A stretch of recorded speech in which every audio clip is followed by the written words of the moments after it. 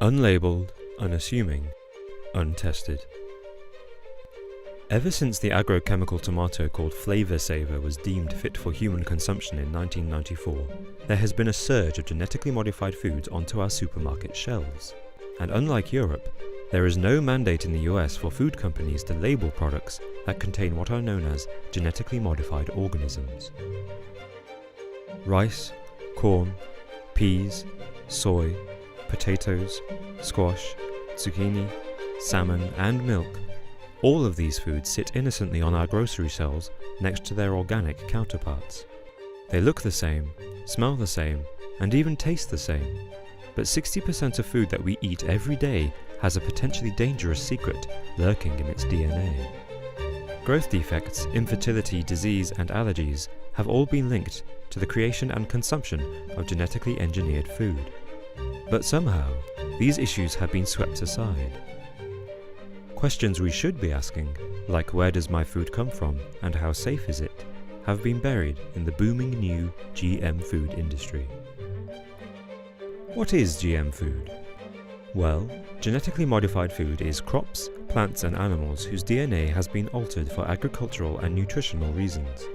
It began in 1946, when two scientists called Joshua Lederberg and Edward L. Tatum conducted an experiment and discovered that DNA could be transferred from one species to another through a process called bacterial conjugation. This discovery has led to the development of special rice that can prevent blindness, herbicide-resistant crops, disease-resistant vegetables, and livestock growth hormones, which all improve farming efficiency. Today, the GM food industry makes $85 billion in the US market alone. Food companies and the media argue that the GMO revolution is the answer to our modern agricultural problems. But in 1998, when the GM industry was still in its infancy, Dr. Arpad Pushtai from the Rowett Research Institute in Aberdeen uncovered a shocking truth about species manipulation while he was conducting a GMO experiment on rats. Pushtai found that when his rats ate genetically modified potatoes, they developed cancerous cells in their intestinal tracts and brains. When his research went public, Pushtai was bombarded with criticism from the food industry and academics who said that his experiment was flawed. His research was effectively quashed by the big GMO players. His career was publicly ruined, and GMO was left to blossom into the $16 billion seed industry that it is today.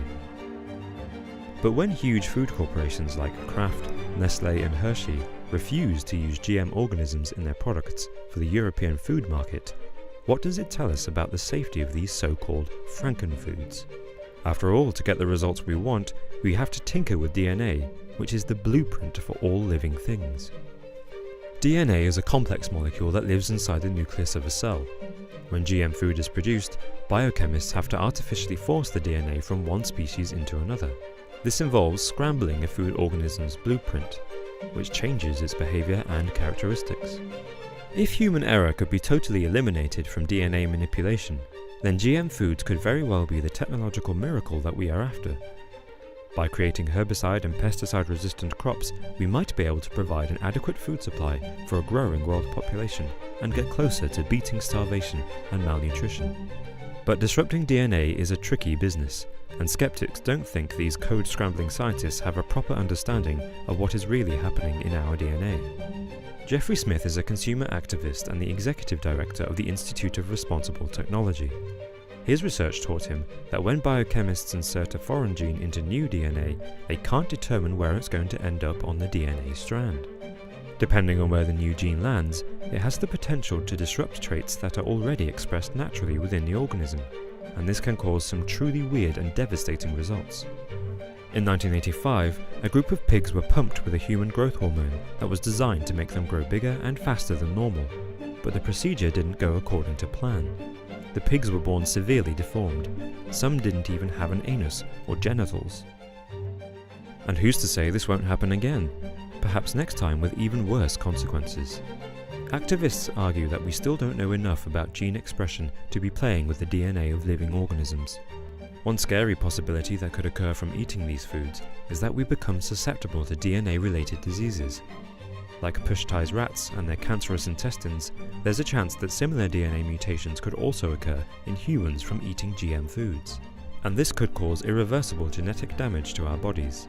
And the terrifying part about all this is that in the USA, we have no idea when we're shoveling these frankenfoods into our mouths. At the very beginning of the GM revolution in 1988, 60 countries at the International Federation of Organic Agriculture Movements conference voted unanimously to ban GMOs from food production. Today, the American Academy of Environmental Medicine still argues against the consumption of GM foods. And even scientists from the leading agrochemical corporation refuse to eat certain GMO products. Monsanto in Missouri was one of the first companies to supply farms with GM seeds, but several of its major employees won't drink any other milk than organic. Why? Because the GM growth hormone RBGH, which is injected into milk-producing cows, has been proven to have cancer-causing properties.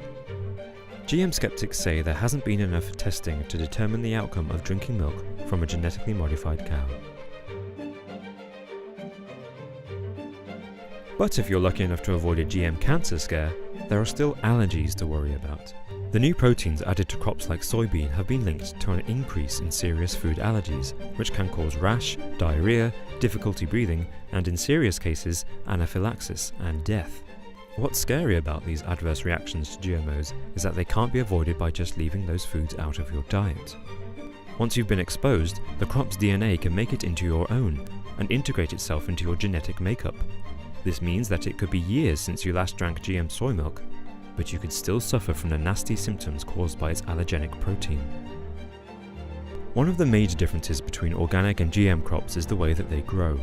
Genetically modified plants have to be replanted every year, but normal seeds can be reused over and over again.